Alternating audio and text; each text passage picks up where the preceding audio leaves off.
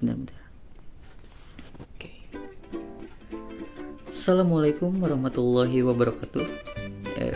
Halo gengs. Sebelumnya perkenalkan, saya Muhammad Yogi Anaza beserta teman saya Gunting akan sedikit membahas mengenai rancangan penelitian dalam psikologi Islam. Nah, jadi Yogi mah kebanyakan basa-basi ya. Hai teman-teman, sebelumnya kenalin, nama saya Gunting, dan di sini saya akan membahas mengenai rancangan penelitian psikologi Islam. Islam berbeda dengan filsafat Yunani kuno dan juga Barat di dalam pencarian kebenaran. Masing-masing memiliki penekanan yang berbeda dalam aspek ontologi, epistemologi, dan juga aksiologi. Dalam konteks Islam, aksiologi merupakan pandangan hidup yang berfungsi sebagai landasan dalam mengkonstruksi fakta.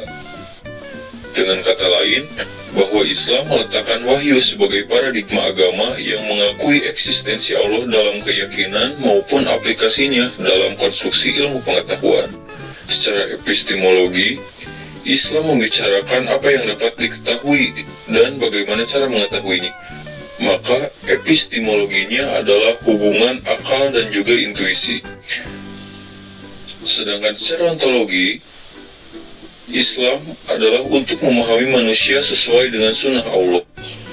Adapun metode-metode dalam perumusan psikologi Islam meliputi metode keyakinan, di mana seseorang harus meyakini betul tentang kebenaran sesuatu yang bersumber dari Al-Quran dan juga hadis, dengan asumsi dasar bahwa Allah adalah pencipta kehidupan yang mengetahui seluk-beluk dari makhluk ciptaannya.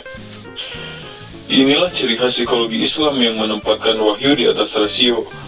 Dan pandangan seperti ini banyak mendapat sanggahan baik dari kalangan ilmuwan non-muslim maupun dari kalangan ilmuwan muslim sendiri.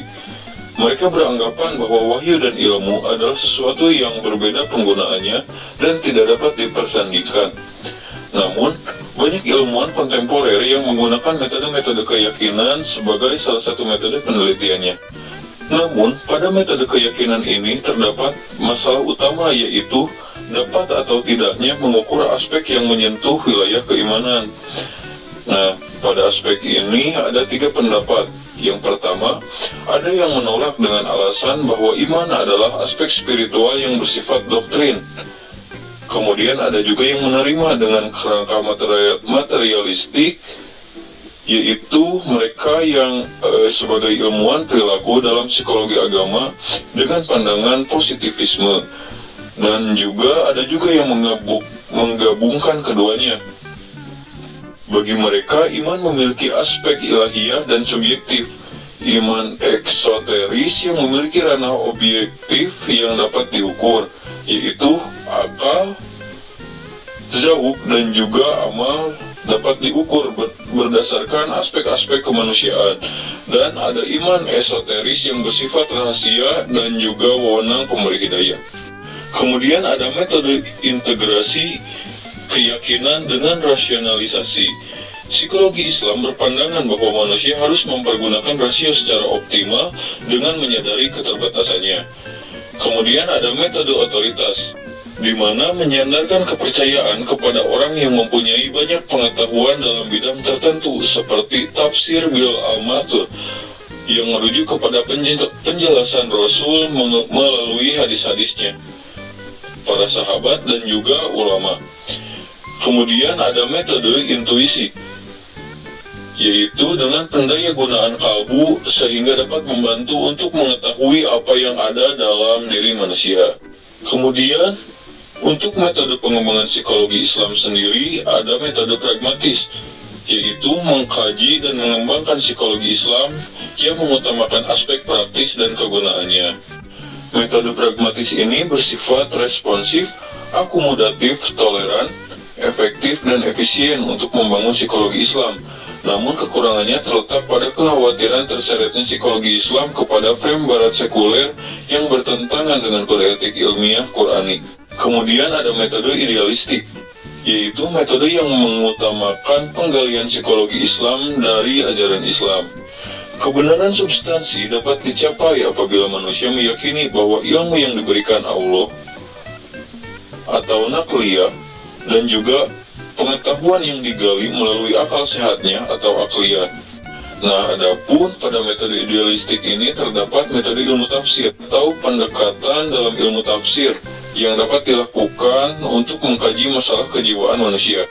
Pada metode ilmu tafsir ini terdapat tafsir mawudu atau metode tematis, tafsir tahlili atau tafsir bil ma'sur atau analisis, tafsir makorin atau prosedur perbandingan, dan juga ada tafsir ijmali atau prosedur global.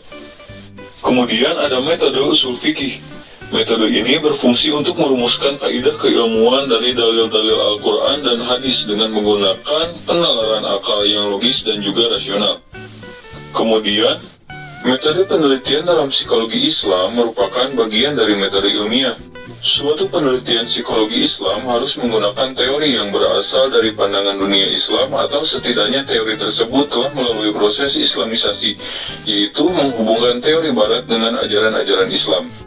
Di antara jenis penelitian yang biasa dilaksanakan dalam penelitian psikologi dan dianggap sebagai bagian dari metode ilmiah adalah penelitian deskriptif.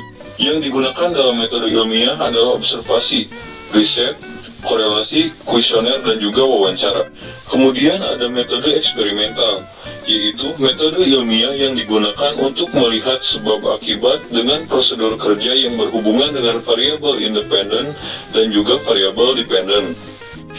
Metode observasi dan eksperimen pernah dilakukan oleh Malik Badri ketika melakukan studi banding antara proses tafakur dengan hukum-hukum alam dalam buku beliau Tafakur Perspektif Psikologi Islam.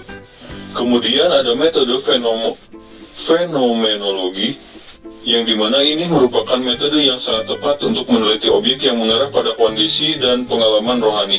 Penelitian ini terkait dengan peristiwa, kejadian, pengalaman baik, dalam perkataan ataupun fakta.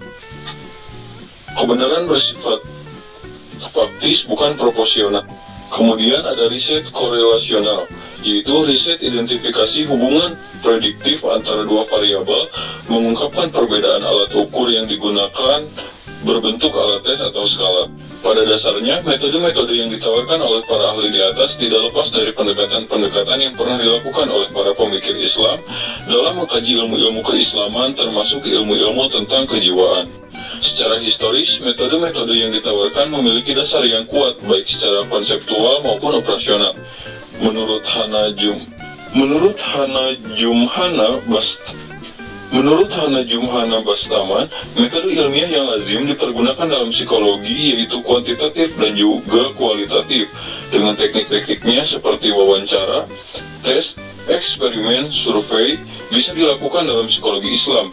Namun ada dua hal yang perlu diperhatikan, yaitu kesetaraan porsi dan fungsi antara metode kualitatif dan metode kuantitatif.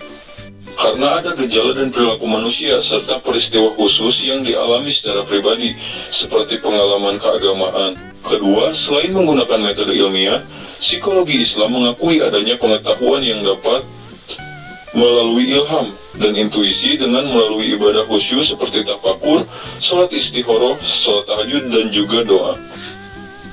Mungkin demikian pemaparan dari saya kembalikan kepada Yogi. Oke, mungkin demikian teman-teman pembahasan kami mengenai rancangan penelitian dalam psikologi Islam. Sebelumnya saya mohon maaf karena tadi Gunting telah menyela pembahasan kita. Sikap Gunting memang seperti itu, karena Gunting suka memotong.